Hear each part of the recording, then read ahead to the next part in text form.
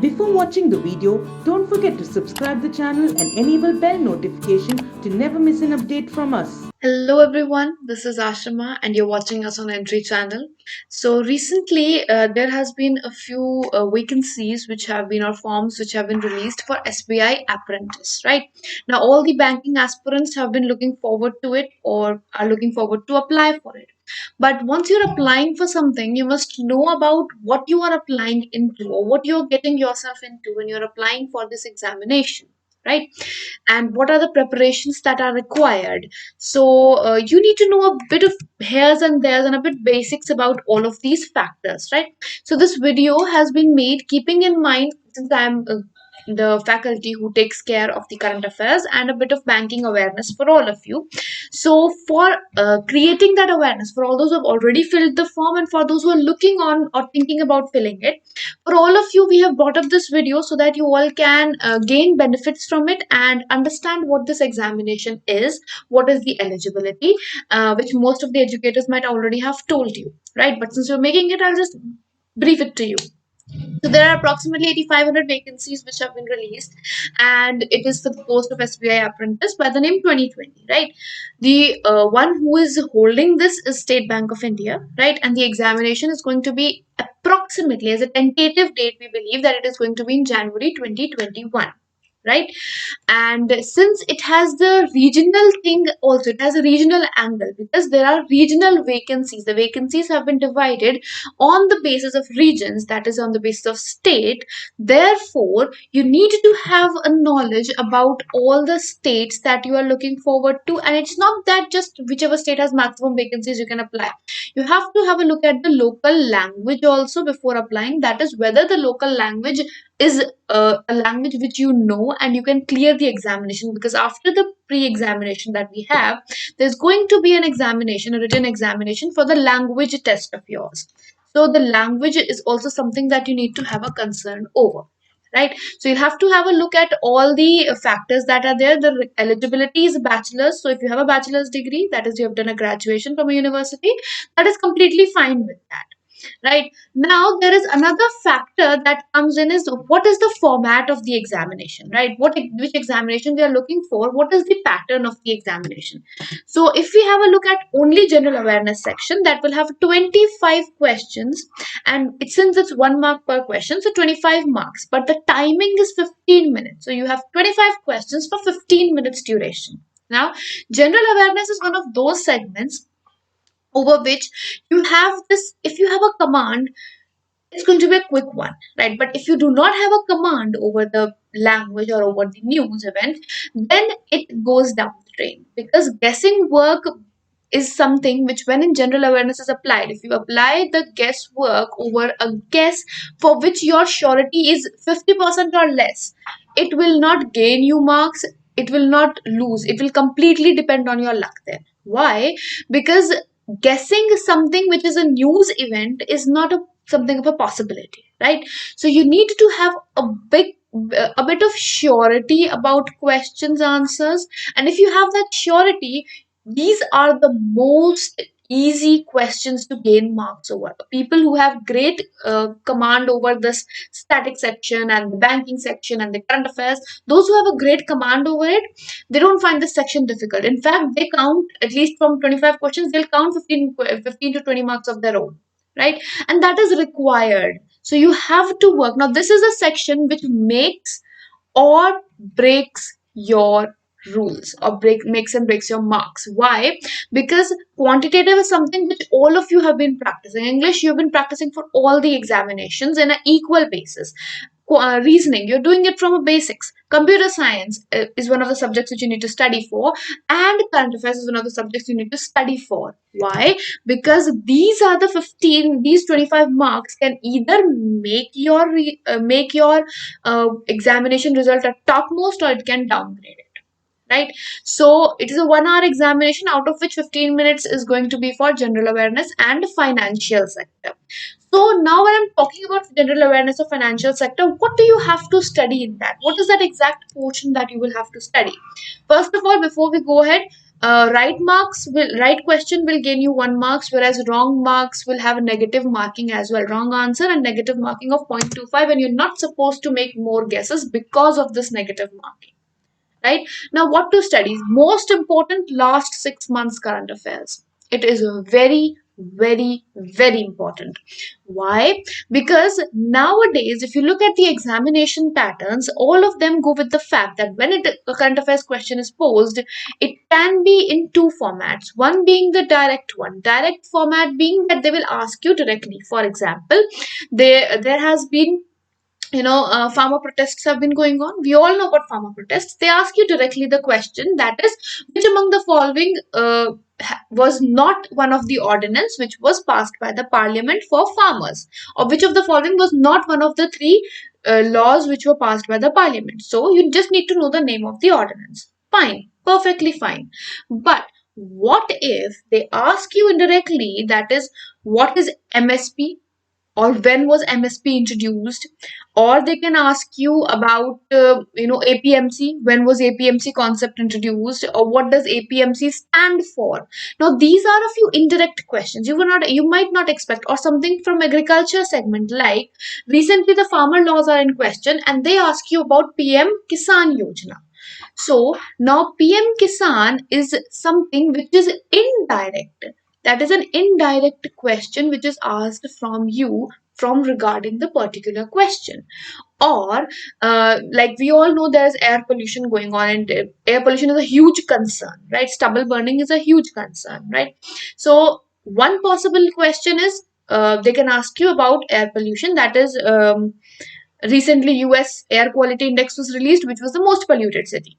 Current question: which of the what was the rank of New Delhi in that? Current question. But if they ask you a question regarding that, which state, uh, stubble burning in which of the following states affects the New Delhi pollution? Something which is not a direct question, right? So there are various possibilities. Or they can ask you that, there have, tigers are something which is a huge concern as of now. Tiger population is growing in India comparatively. So they ask you about a particular reserve for Panna Wildlife Sanctuary. Where is Panna Wildlife Sanctuary? Or where is Jim Corbett National Park? Why it is in question? Because of the recent news events. But it is because of recent news events that particular thing is in news, that is tigers are in news, and they ask you a question regarding that. So that is something that is indirect format, right? Capitals, currencies, presidents, prime ministers, national parks, wildlife sanctuaries, these are all the topics which come in indirect. The heads of states, currencies of countries, or you can say about national parks, wildlife sanctuaries, water bodies, all of these come as indirect questions. And therefore, now, some educators say that you should know about history, you should know about geography, you should know about biology. But I would say you should know everything about the recent news event. Because any disease which is in news and any relevant news can come in. Second of all, books and authors. In books and authors also, I would preferably say that at least for the last 6 months, all the new books should be known. And apart from that, a bit of old books which are, award winning books. Those you can have a look at. But current books are very important.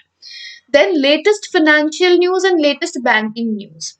We had a video on RBI Innovation Hub, right? Reserve Bank Innovation Hub. That is the latest banking news. Now you should know about what is that hub, who is the chairperson, how many members are there, and what is its work going to be. You should know about all of that. Financial news includes all the business news, all the business acquisitions that are happening, all the mergers that are happening of companies, or any GDP growth rate. What is the GDP growth rate going on, and what are the expected growth rates of right now or next year, next financial year? These are all financial news and business news. That is also something that you need to be aware about, since it is a examination of SBI banking. Then sports events.